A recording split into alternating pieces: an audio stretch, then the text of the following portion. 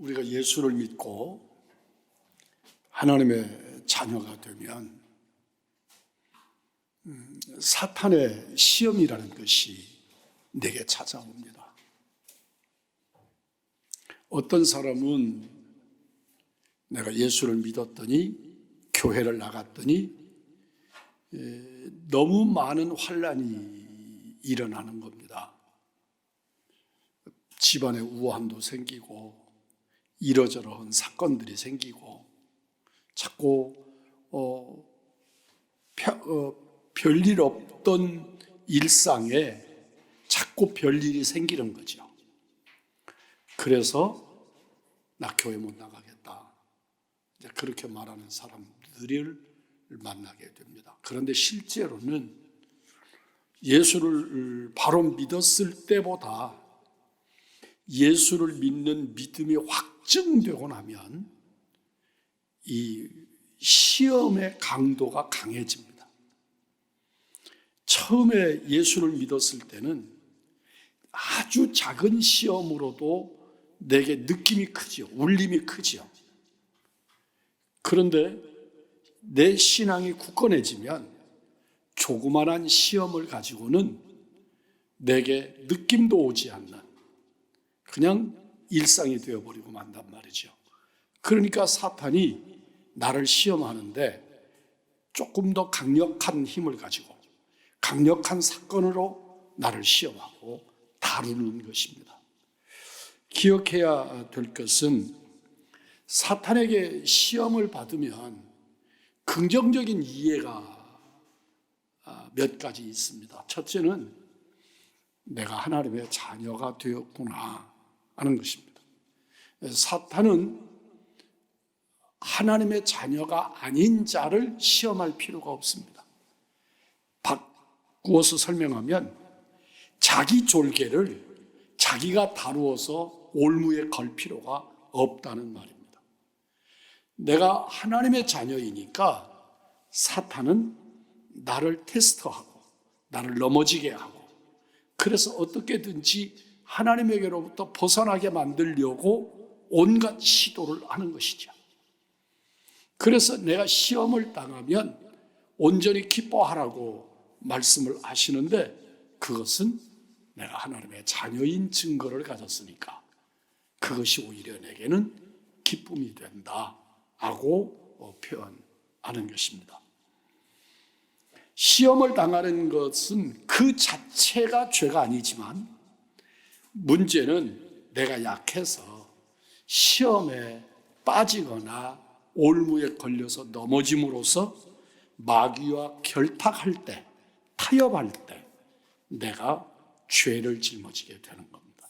그러니까 시험 그 자체는 선한 것도 아니고 악한 것도 아니지만 그 결과로 내가 넘어지고 그래서 사탄과 결탁하고 사탄과 야합하는 과정이 일어난다면 그것이 문제가 된다는 것입니다.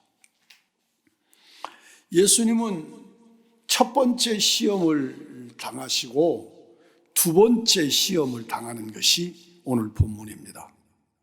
사탄이 예수님을 이끌어서 성전으로 데리고 갑니다.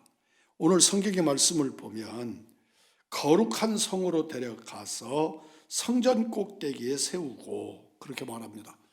여기서 말하는 거룩한 성이란 다른 성 염두에 둘 필요 없죠.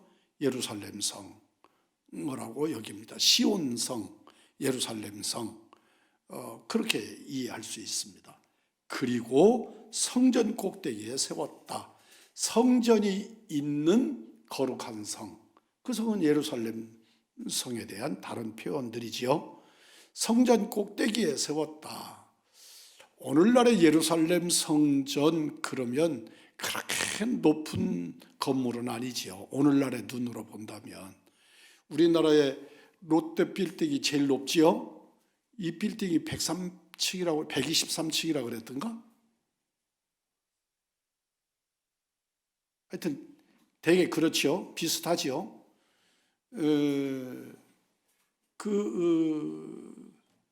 그런 것에 비하면 예루살렘 성은 약 우리들은 높이로 본다면 4, 5층 정도의 높이일 거니까.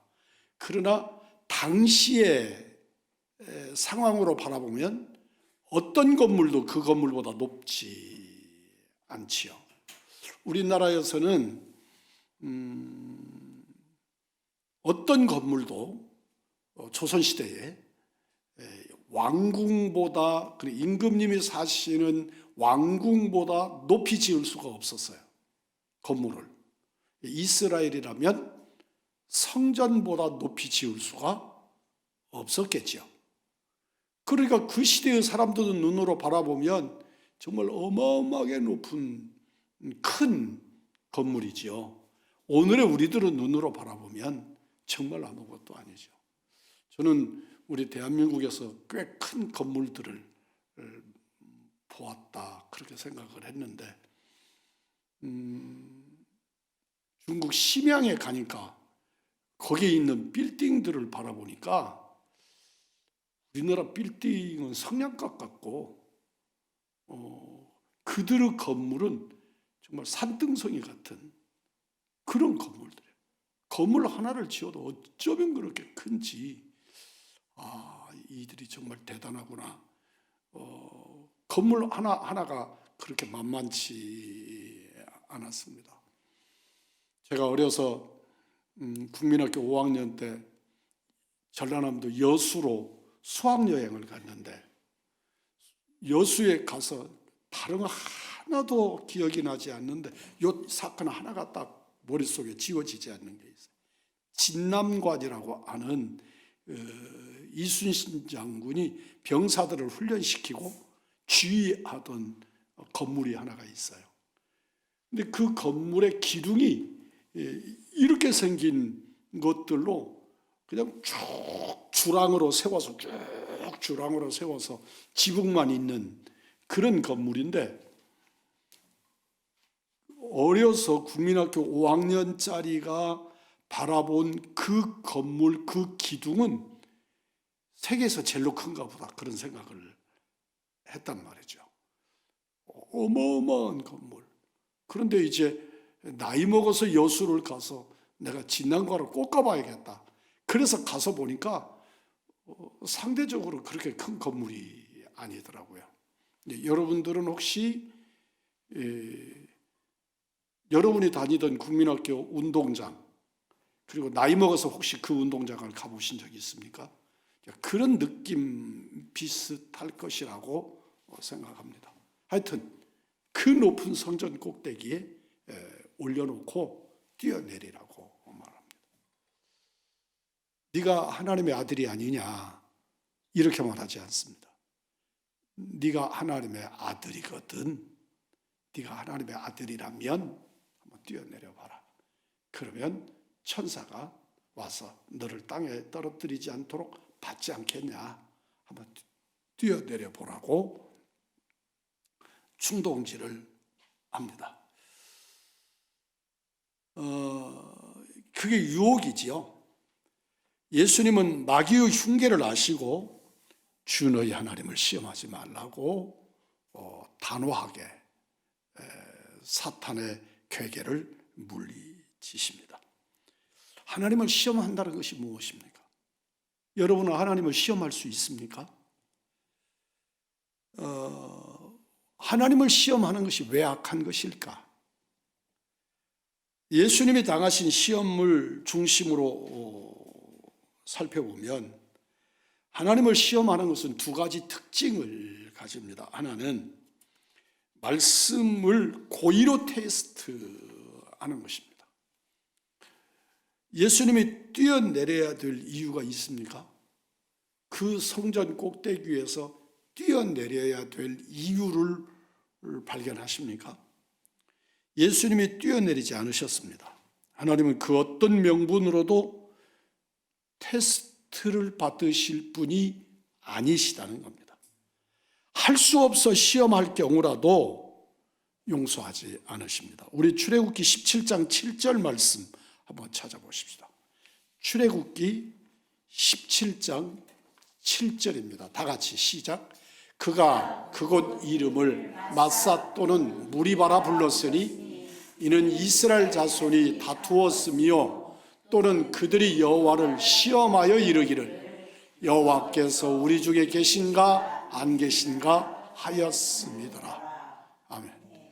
그들이 여호와를 시험해서 하나님이 우리와 함께 계신가 안 계신가를 한번 테스트해보자.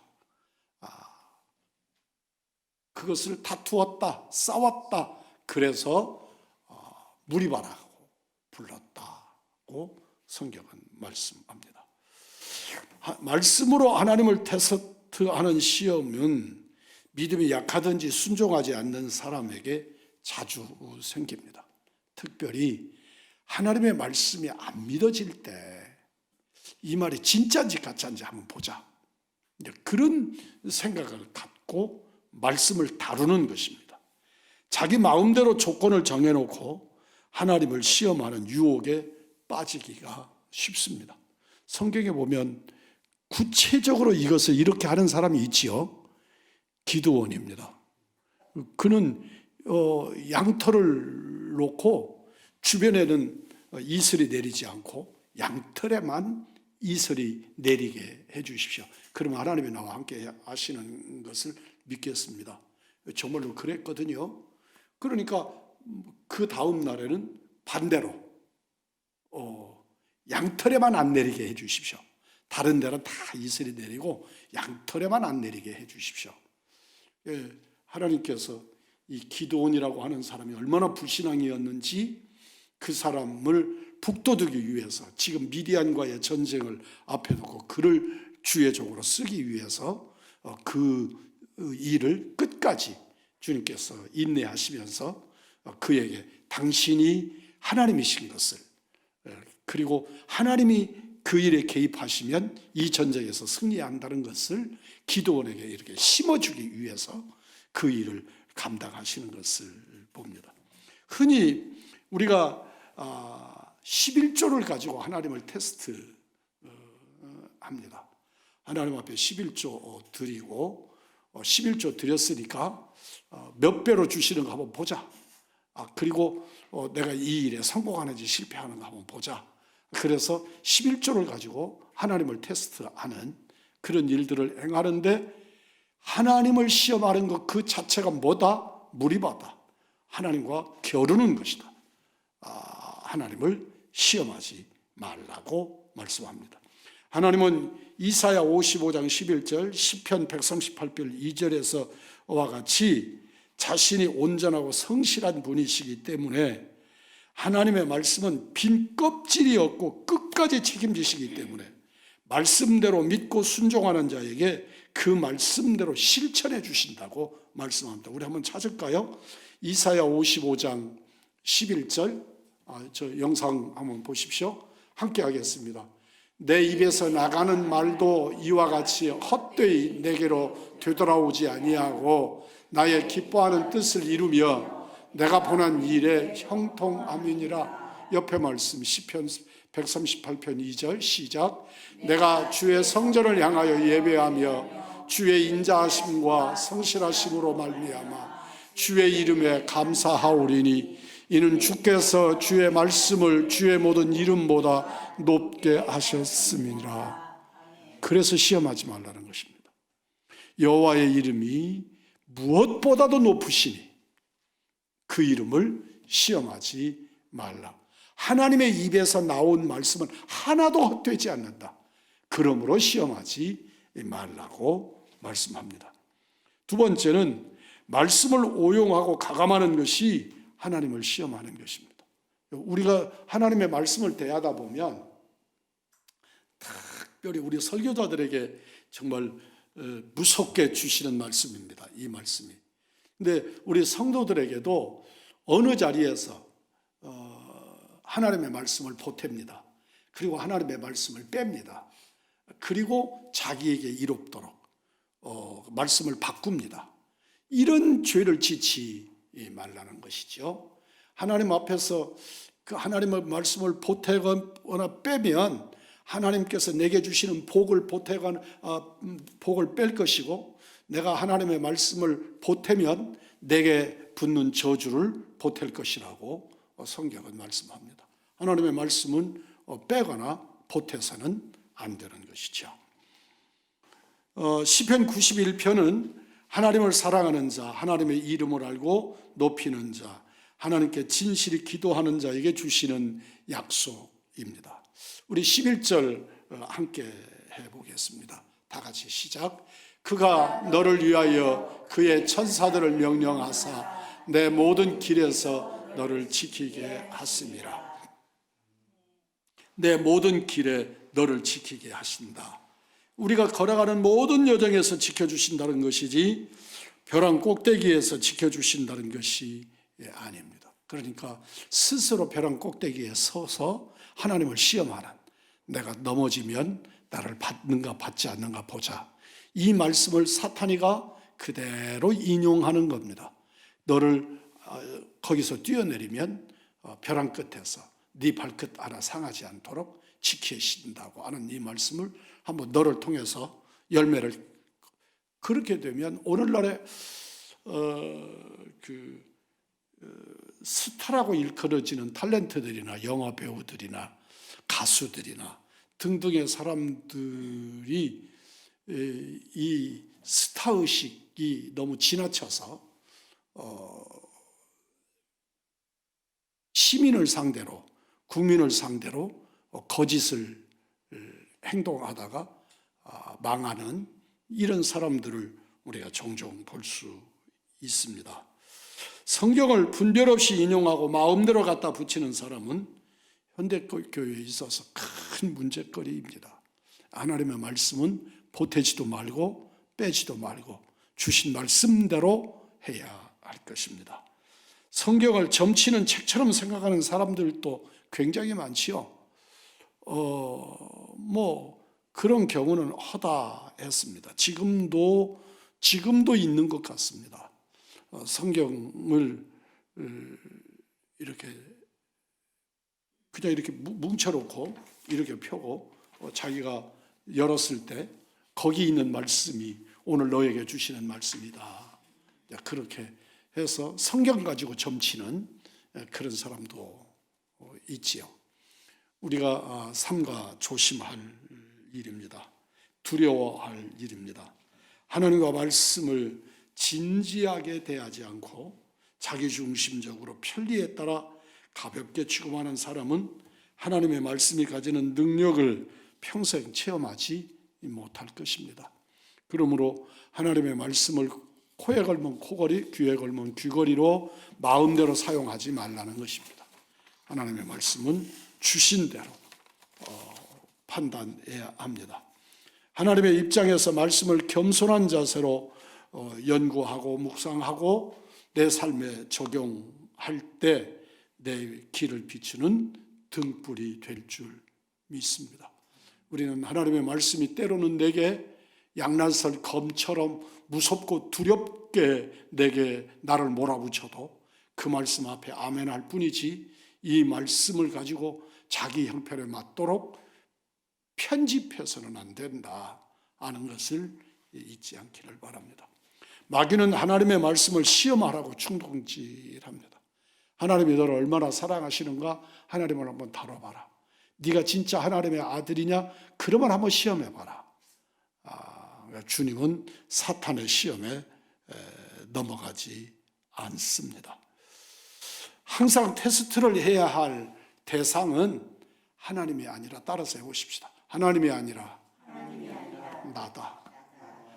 잊지 않기를 바랍니다. 나를 말씀으로 다뤄야지 하나님을 시험하는 우리들이 되지 않기를 바랍니다. 말씀이 의심스러우시면 자기 자신을 철저히 다루십시오. 자기를 철저히 시험하십시오. 자기의 무게를 말씀으로 달아보시기를 부탁을 드립니다. 마귀가 뛰어내리라고 하지만 예수님을 밀어뜨리지는 못하는 것을 오늘 주목해서 보십시오. 사탄을 그곳에 올려보냈습니다. 그리고 뛰어내려 보라고 말합니다. 그런데 예수님이 말을 듣지 않습니다. 그러면 사탄이가 예수님을 밀어버릴 수 있지 않습니까? 그런데 사탄의 능력은 거기까지 도달하지는 못합니다. 그러니까 우리들이 사탄이 나에게 겁을 줄 때 그 겁주는 것에 무너지지 않기를 주의 이름으로 축복합니다. 내게 병을 줄 수가 있습니다. 내가 병이 올 수 있습니다. 내게 병이 오면 사탄은 그 병을 가지고 병의 무게가 1인데 사탄은 열처럼의 무게로 내 마음을 불안하게 하고 나를 궁지에 몰아넣습니다. 그러나 그 병을 가지고 내 생명을 빼앗아 가거나 또는 나를 망하게 만들지 못하는 것입니다. 그러니까 우리는 그 문제를 하나님께 내놓고 하나님의 만지심, 하나님의 뜻에 나를 맡겨드려야 하는 것이지요. 그런데 사탄은 금방 내 생명을 뺏어갈 수 있다고, 금방 나를 밀어뜨려서 그 성전 높은 꼭대기에서 나를 떨어뜨릴 수 있는 것처럼 겁을 주지요. 그러나 사탄은 내 생명을 거두는 일은 사탄에게 속한 일이 아닙니다. 여러분과 나의 생명을 주관하시는 이는 하나님이신 줄 믿습니다. 그러므로 사탄이 주는 겁, 또 사탄의 위력이 금방 내 생명을 어떻게 손댈 수 있을 것 같아서 내가 겁먹고 행하는 그 두려움의 행위가 불신앙으로 나타날 수밖에 없다는 것이지요. 그러므로 금방 죽을 것 같고 사탄처럼 지금 성전 꼭대기 위에서 뒤로 정신이 아찔하고 그렇게 생긴 상황이어도 우리는 주님을 바라봐야지 사탄을 바라보거나 세상을 바라보거나 그 높은 절벽에서 아래를 바라보지 않기를 주의 이름으로 축복합니다.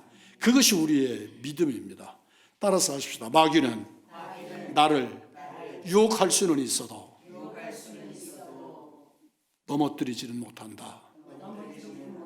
네, 잊지 않기를 바랍니다. 절대 잊어서는 안 됩니다. 나는 하나님의 자녀다. 나는 하나님께 속한 자다. 잊지 않기를 바랍니다.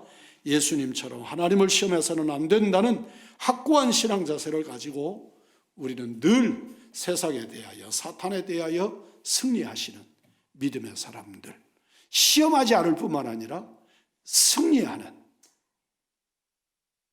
우리들이 되시기를 주 예수 그리스도의 이름으로 축복합니다.